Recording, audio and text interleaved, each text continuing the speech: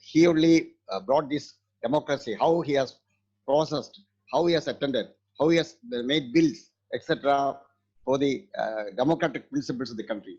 Today, he is speaking on democracy and peace, how peace can be achieved through democracy. That is his title. And Professor Kurian, he is the one of the pillars of PN Panikkar Foundation. He is the man who is linking us with the Delhi connectivity, with the Prime Minister, with the President, with the Vice President, all top officials of the country, because he was he had a 33 years of innings in parliamentary affairs, member of parliament, and he was the minister for industries in the Rajiv Gandhi ministry, and then he was the minister again for non-conventional energy program for the government of India. He hails from Pathanamthitta district of near Pathanamthitta district, where our Sri Ayyappan, that is everybody knows about Sri Ayyappan. Ayyappa's temple is situated. He has the professor of that Catholic College of Pathanamthitta, and then he joined in politics, and he became the parliament. He became the Rajya Sabha, Lok Sabha member from Idukki. At the time, his margin was the highest in the country, with the highest margin of votes. He was elected from Idukki district, Idukki parliamentary constituency. And then he was in various positions. He was in Delhi as parliamentarian, and head of the as a chairman of the chairman of the schools, this higher education department, higher education. I am it's IIT chairman. He was the chairman of the IIT Delhi, and in various positions. In all these positions, he made a mark. That is quality, and he is one of the. I said earlier, he is one of the pillars of PN Panikkar Foundation, and that's why I am also very particular that we should also address a webinar during this 1 month celebration conducted through digital technology, techno platform. And I invited him, and he really agreed to participate in one of the webinar, and I am welcoming him to commence his program, commence his webinar, sir. Sir, Kurian sir, please. Okay, I should start now. Yes. Okay, you can hear me and see me. Yes, sir. Okay, thank you very much, Mr. Balgopalji. First of all, I thank Balgopalji for inviting me to address this webinar. In fact, every year I used to participate in some function connected with the PN Panikkar Foundation during the month of June. Now this year, because of COVID, we are having in the digital platform, we are having a video conference. And so, well, this is peculiar and special, but I believe all the participants can see me and hear me. It is on that hope that I am proceeding now. Now, I congratulate PN Panikkar Foundation for making these arrangements, for conducting such a seminar, and ensuring that a number of participants are participating in this. Let's see, PN Panikkar, whose ideals we respect so much, and the PN Panikkar Foundation, which stands for propagating his ideals.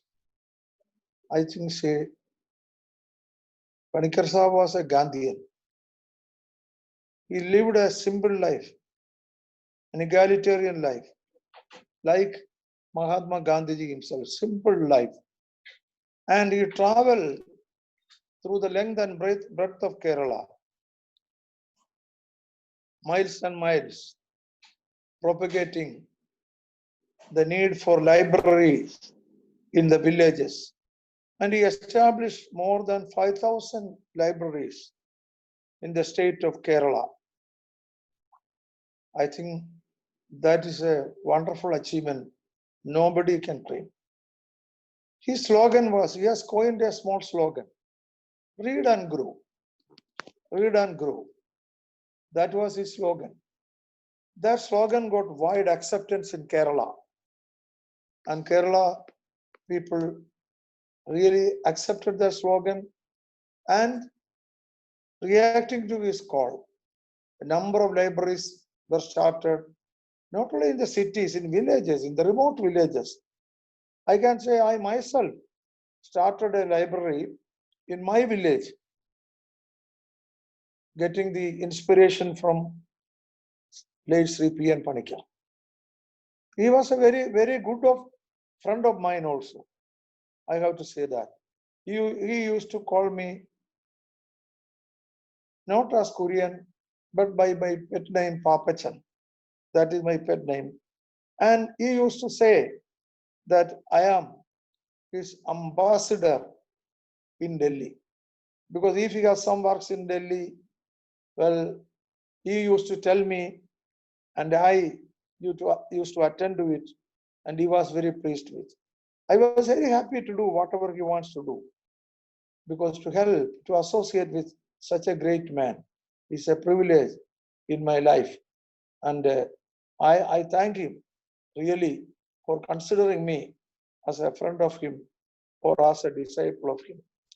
Once again, I thank Mr. Balgopalji for arranging this webinar and inviting me for this. Now, his slogan, read and grow.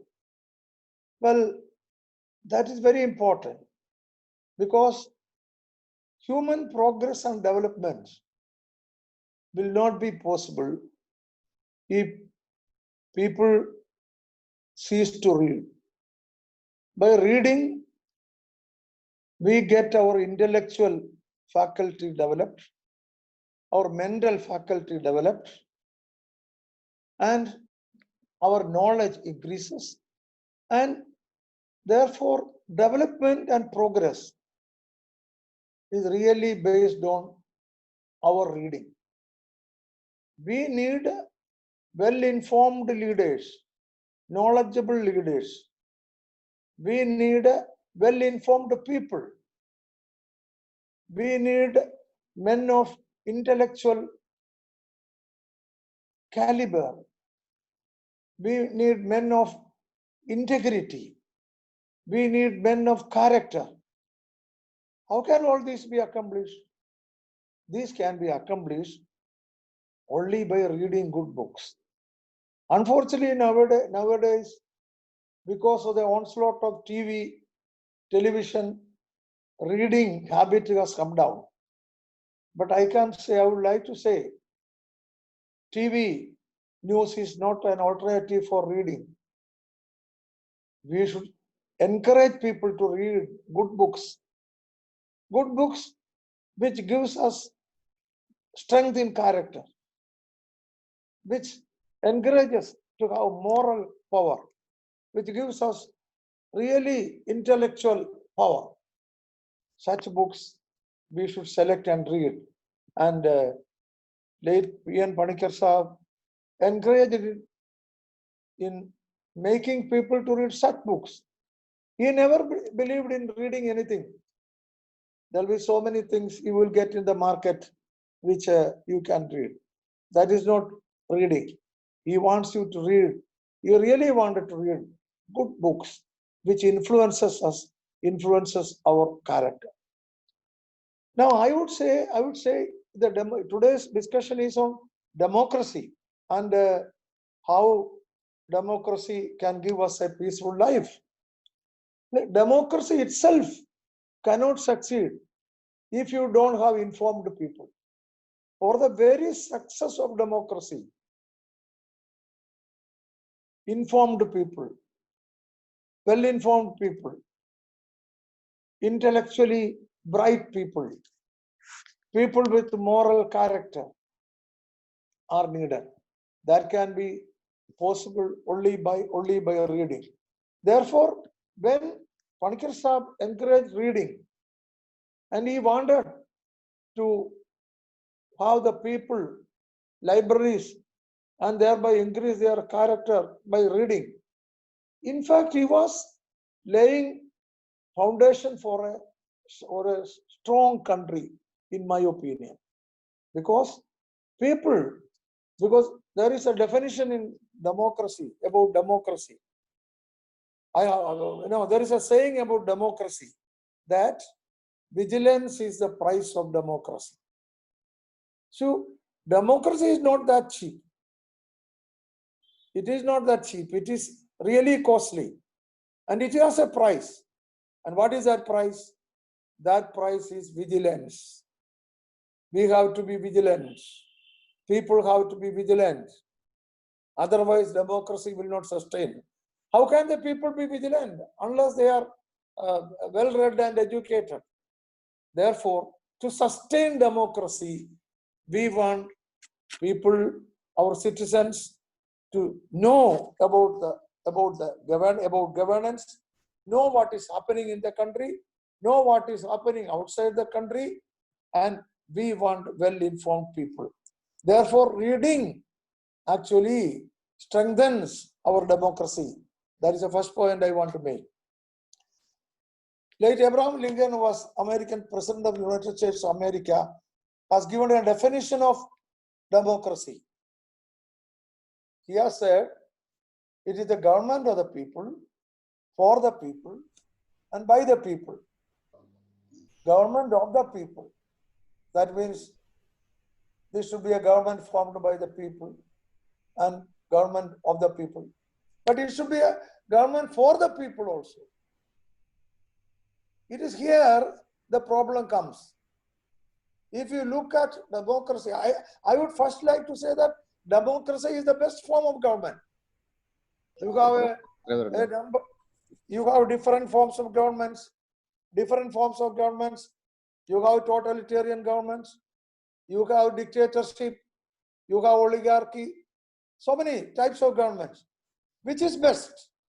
Everybody will say democratic government with all its weaknesses.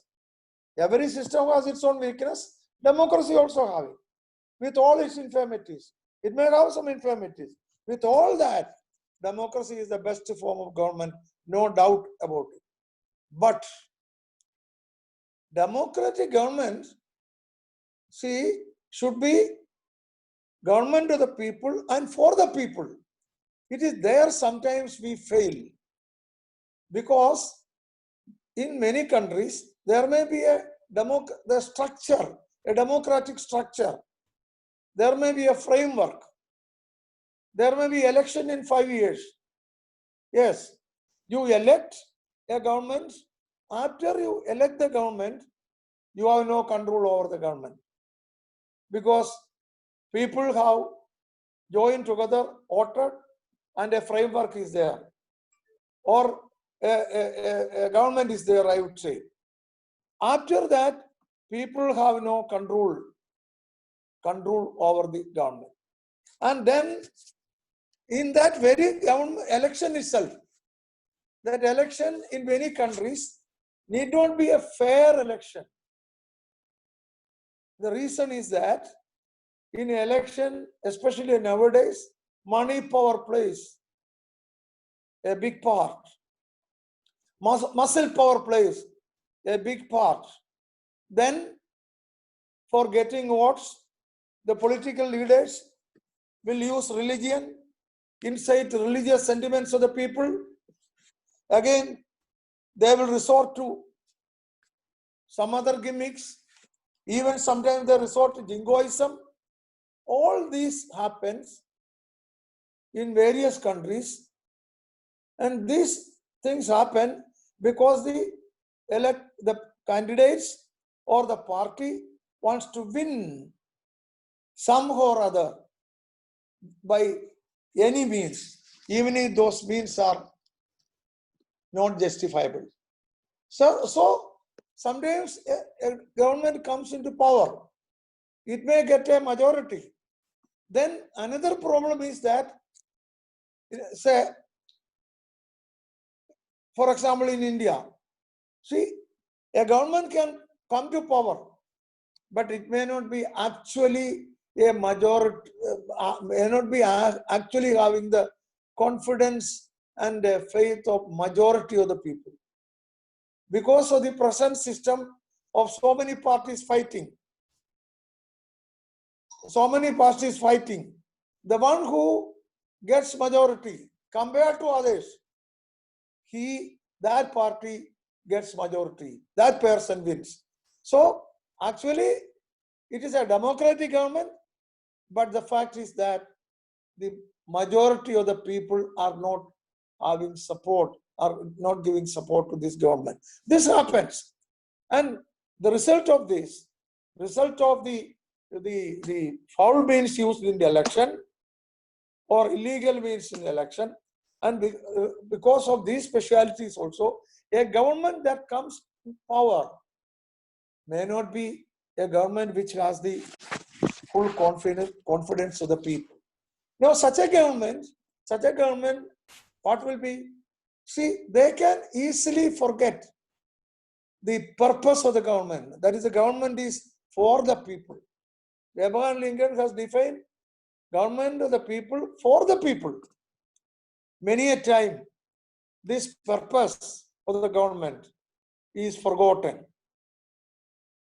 And instead of really coming to the problems of the people and solving the problems of the people, governments sometimes try, the democratic governments try to retain power by hook or crook, by some way or other. What are the real problems? They tend to ignore the real problems. Real problem is, say, I would say, if I talk about third world countries, it is number one is poverty. Poverty is a real challenge. Unemployment, another challenge. But all the efforts will not be put into solving the real challenges of poverty and unemployment. Eradication of poverty, that is okay, it's a far cry. But at least mitigation of poverty, even that is not properly happening. Then unemployment. Unemployment is on the increase. Everybody knows. And instead of planning and implementing creative programs for solving these problems, government tried to retain their power using some other means. Some other means, I would say, they will sometimes try to incite religious sentiments of the people. They will sometimes try to sometimes resort to jingoism, or sometimes they will bring in some populist measures. Populist measures may do good for some time for some people, but for a country to be strong and to solve the basic fundamental problems of the country, these populist measures are not enough. They should attack the basic problems, and that is sometimes not happening. That is sometimes not happening. Therefore, what is the result? The result is that there is a democratic structure, there is a democratic government, but the people are not getting the benefit of real democracy. That is what is happening. Therefore, people will become disillusioned. People will become unhappy. People will become unhappy because their aspirations are not met. Their problems are not solved. And the government, instead of basically solving these problems, resort to other means. This is happening in many countries. But then to win elections, governments will use some gimmicks or other. As I said, sometimes you use religion, sometimes resort to jingoism, or sometimes adopt some populist measures and try to win the election. And this is sometimes happening. What is the result of that? The result of that is people lose faith in democracy. Number two, people become restless. And what is the causality? Peaceful life is a causality. See, therefore, by simply having a democratic structure or democratic government or by an elected government for that purpose, you cannot have a peaceful life, and you cannot also have that democracy to survive for long. Somebody has said democracy is a government for the gentleman, government of the gentleman.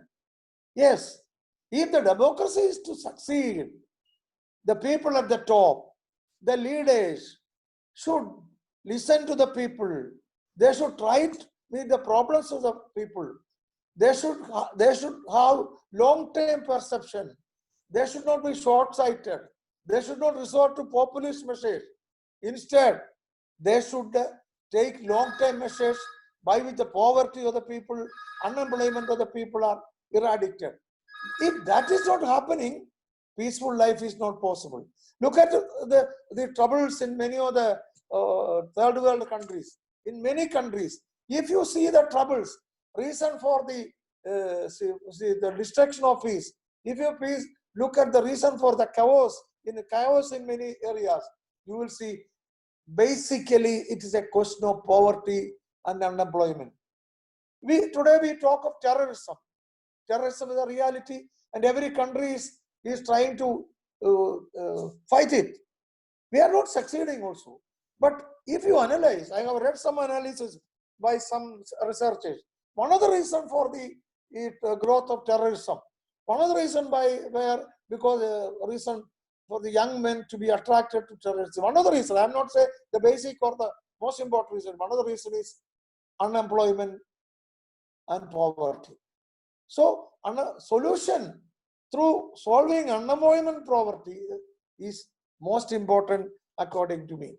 And what happens in many countries today, if you look at, especially after the market economy has become prevalent in many countries, what happens? The rich becomes richer, the poor becomes poorer. So the people are becoming disillusioned. This is the problem. When people's problems are not solved, even if it is a democratic government, even if it is an elected government, peaceful life is not possible. Peace will be the casualty. And therefore, I can say democracy is the best form of government. But that becomes the best form of government only if the people who governs are responsive to the needs of the people, and the people who governs really feel that they are the custodians of democracy. If only they really feel their sole aim should be the welfare of the people, and accordingly they should devise plans and implement, then only you can have a peaceful life in a democratic structure. See, in any other structure, if it is dictatorship, if it is totalitarian, or if it is any other form of government, I admit there are more chances of violence, there are more chances of chaos, there are more chances of disturbance. That is, I admit. But in democracy also, there will be chances of disturbance, there will be chances of chaos, there is chances of troubles and unrest, unless the governance is for the people. That is why Abraham Lincoln has given this wonderful definition. It is government of the people, for the people and by the people. But nowadays, in many countries, it is government of the people because it is formed by the people by their voting, by their franchise. But it is mainly not for the people, and that is the reason why life is not peaceful in many countries, including to some extent in our countries, in the Eastern countries also. Therefore, success of democracy depends on those who manage it, those who control. Dr. Ambedkar, after having written the constitution, he said about our constitution, this is the best constitution, the best one can have. but its success depends on the people who handle it.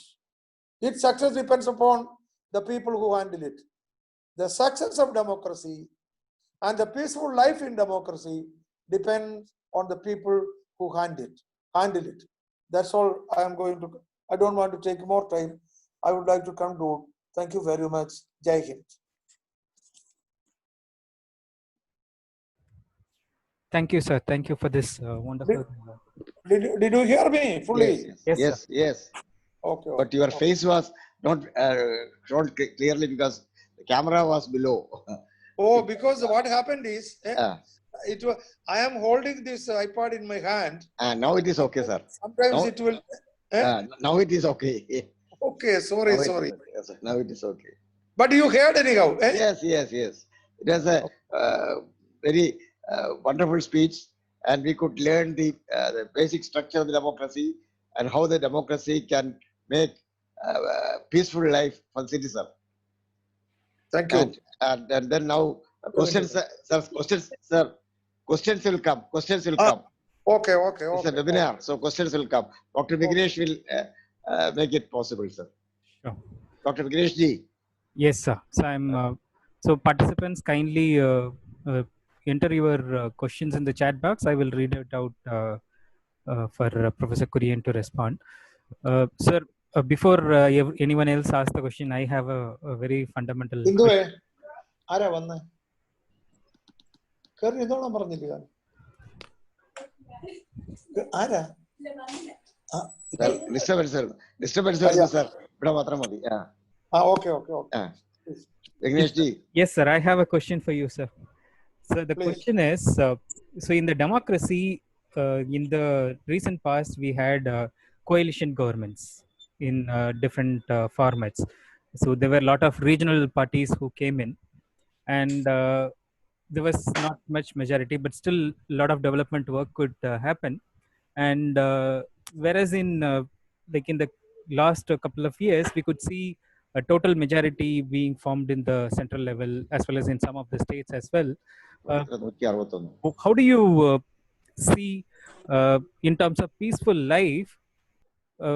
What is your opinion, whether it's a coalition government with the regional parties or a centralized or a one party getting majority? Which one you see is a good option in the democracy practices? Well, if you ask my opinion, I would say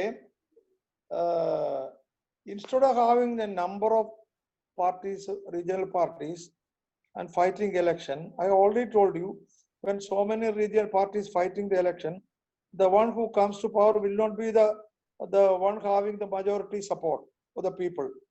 So what I prefer is two-party system. That is the ruling party and the opposition, two-party system. India should finally evolve into a two-party system. But why it is difficult in India?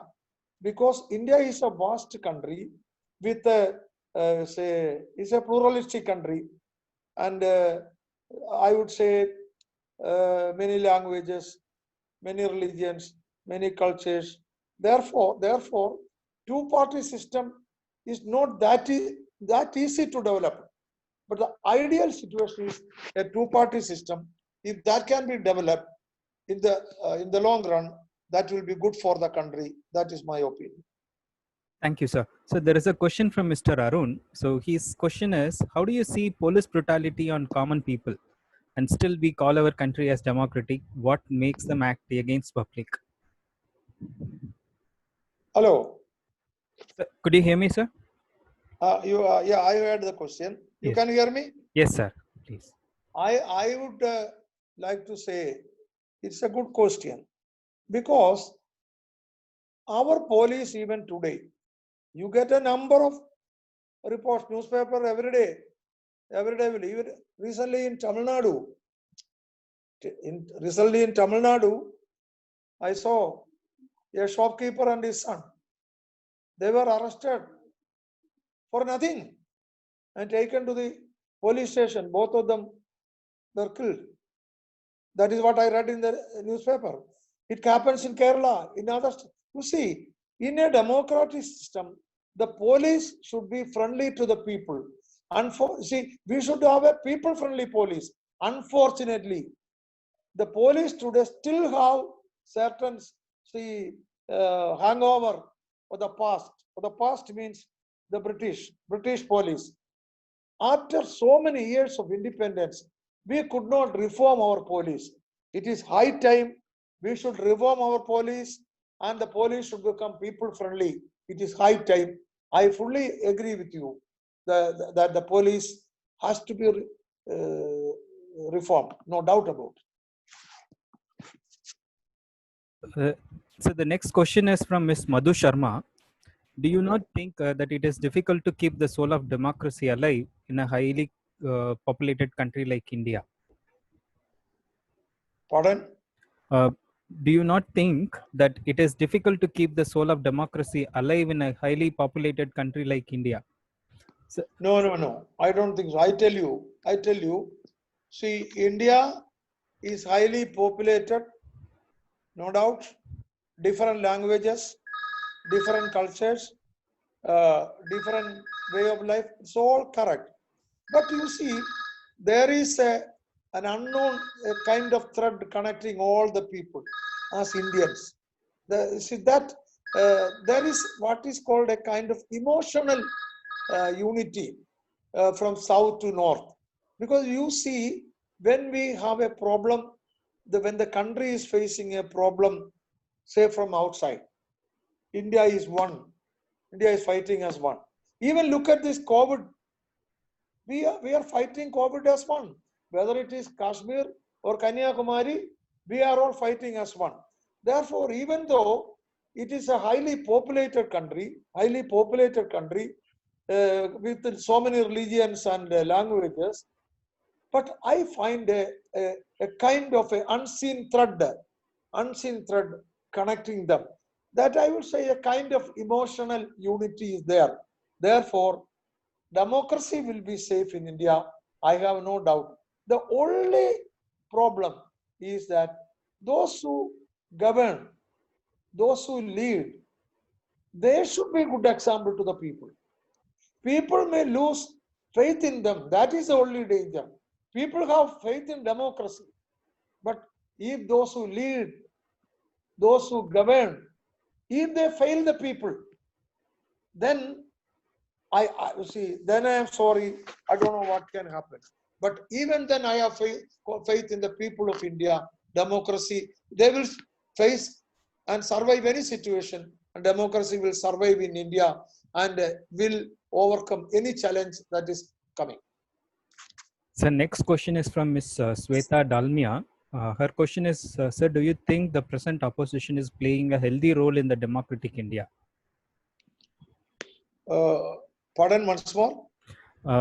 Do you think the present opposition is playing a healthy democratic role in India? See, the point is one can, it's a democracy. Therefore, opposition can always criticize the government. Likewise, people can criticize the opposition also.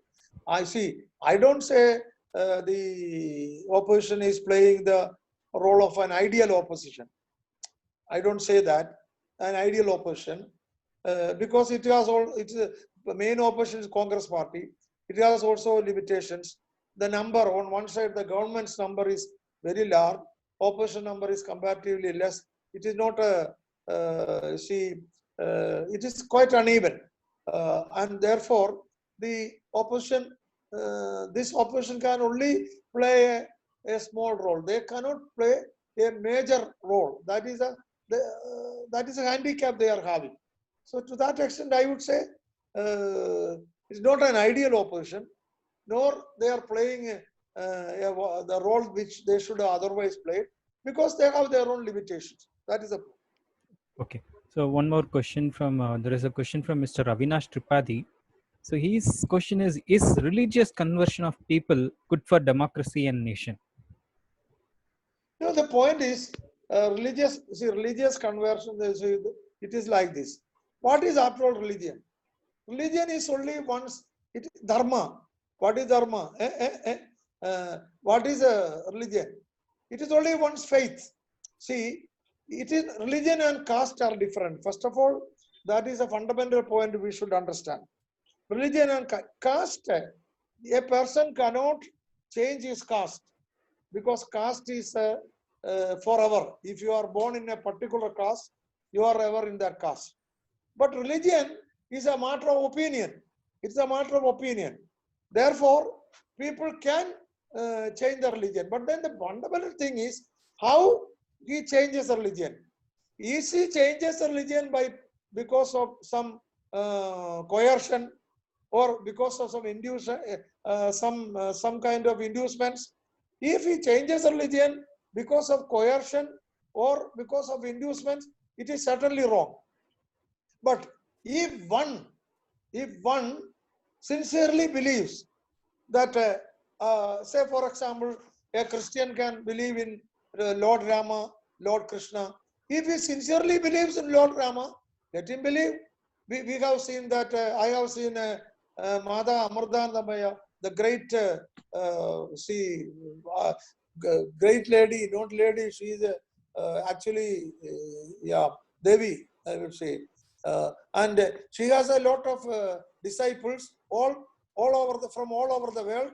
Many are non-Christian, non-Hindus from outside, from America, from European countries. It's okay because they believe in her. They believe in her. So if one really believes, he can adopt their religion, that religion. But if one doesn't believe, and if he changes the religion out of coercion or inducements, then that is wrong. That is not good for the country. So one last question. This question is from Dr. Sanjay. His question is, what do you think is the role of a teacher towards the students to motivate them about nationalism and during this time of Corona? See, I know that question comes to me because I myself was a teacher. I was teaching in college. I would like to say that it is the duty of all teachers to instill the feeling of nationalism in the minds of the students. It is not due to Corona or Corona times. See, every school, from the day one, the student comes to the school. Every teacher's intention should be twofold. Number one, to build a strong character, to make the student a strong character, man of integrity, to develop his personality with the integrity and character. Number one. Number two, make him a real patriot with dedication to the country. I believe this is the duty of every teacher at every time. And I would confess, I have not, in our country, the many teachers are not up to the mark. I was told in other countries, in some other countries, from class 1 onwards, elements of patriotism is taught to the students. Unfortunately, in our country, that elements of patriotism is not taught. Even duties of a citizen. See, I have seen students coming as graduates, and you ask a graduate, what is the duty of a student, of a citizen? Even a graduate may not know it. See, citizens have not only rights, but they have duties also. They have responsibilities also. Nobody is teaching it. And therefore, I would say we should, to that extent, change, if necessary, our curriculum so that the students should develop good character. See, in the parliament, I introduced once a bill saying that essence of all religions should be taught in class. Essence of all religions. Because ultimately one can see that essence of all religions are one. Whether Hinduism, Christianity or Islam, people may fight over religion. But if you go deep and see the religion and essence, you can see every religion is leading to the God only. Swami Vivekananda has said, every river is flowing to the sea. Likewise, every religion is leading to the God. That is, therefore, this essence of all religion should be taught in the class.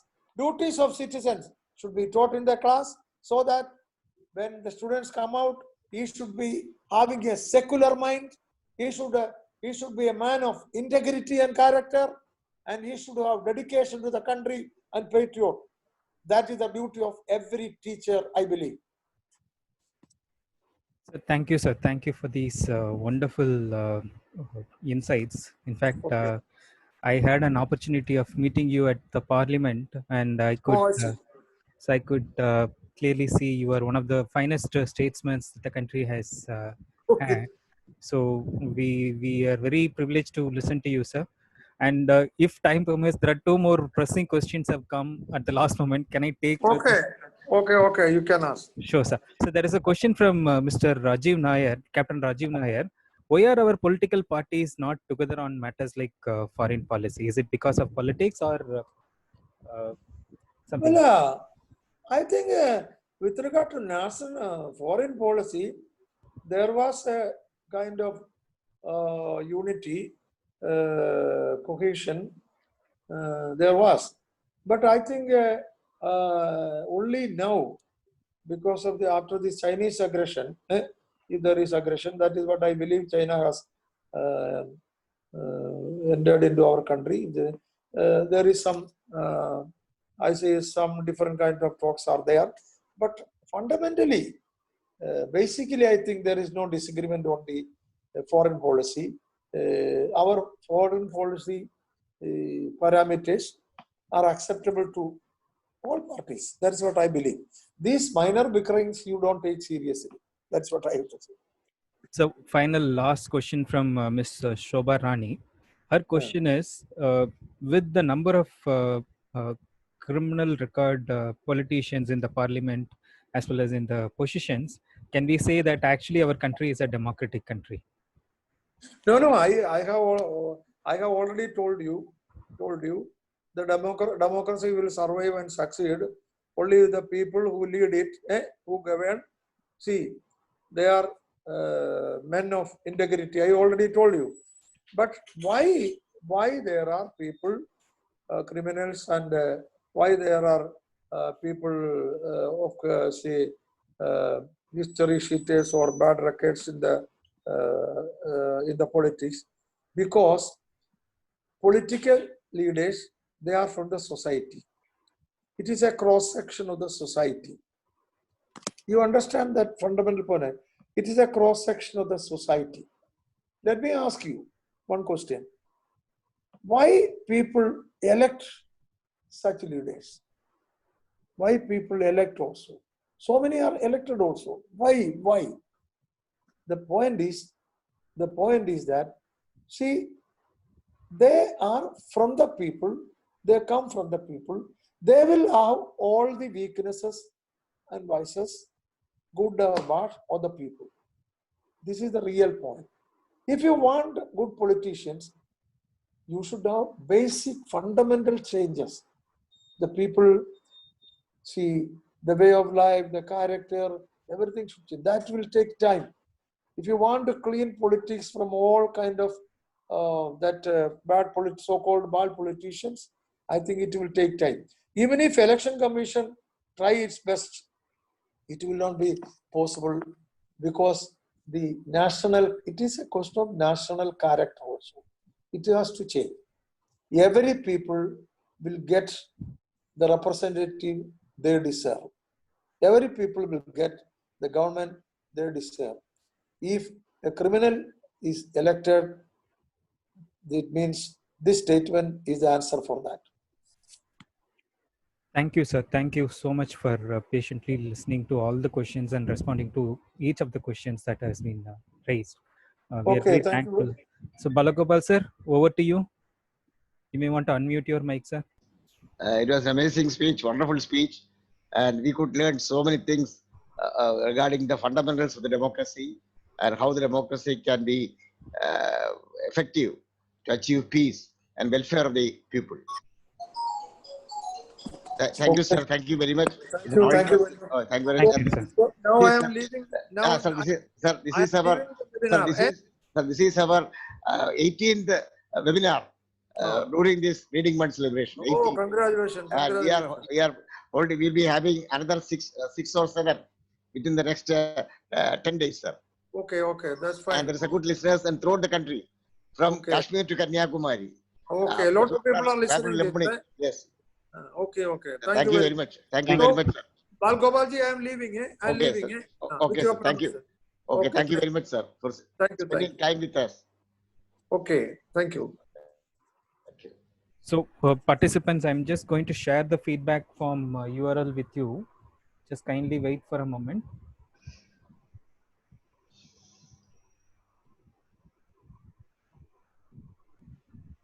So I've just entered the feedback form URL in the chat box. So kindly click and submit your feedback form. And for people who have not registered, if the error is you have not registered, then you must first register yourself and then submit the feedback form. Okay. In case if you have not registered, then you first register yourself and then submit the feedback form. So for people who have not registered in the PN Panikkar Foundation website, first kindly register in this URL and then submit your feedback form from the following URL. Okay. So once again, I thank each of the participants and Balagopalji for bringing in such an wonderful, amazing personalities for the webinar. So the credit must go to Balagopalji for bringing people like Professor Kurian, who are like one of the finest statesmen that the country has today. Thank you, Balagopal sir, for bringing the resource persons. Thank you very much, Vignesh, for this beautiful session. So on Monday, we have a very, very interesting session, participants, on digital reconstruction of temples. So I attended this webinar last December at Delhi, and it was mesmerizing. And you would be really amazed to listen to that webinar. Professor Sambit Datta. So he is a Dean International of Curtin University, Australia. So he is going to be the resource person for the webinar on Monday, which is 6th. Tomorrow we are not having any webinar.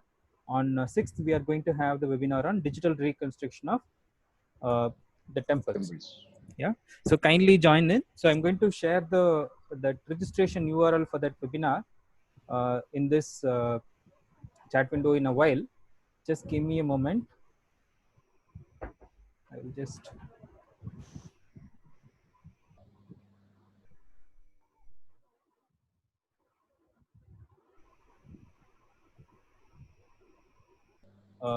the temples. Yeah.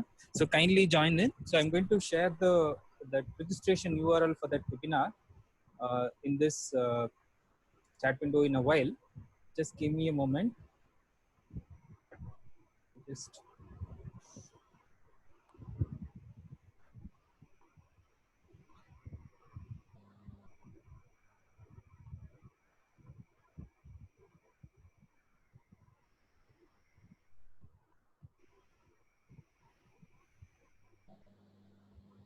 so here is the URL for webinar on digital reconstruction of temples. Balakapal sir, Yes, yes. you can, if you have work, you may leave, sir. It's almost done. I'm just giving some information to the participants.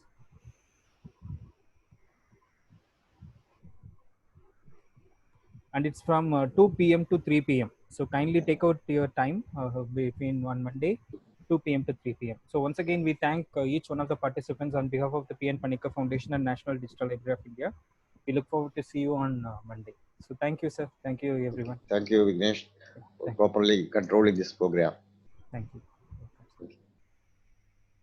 Over. You know,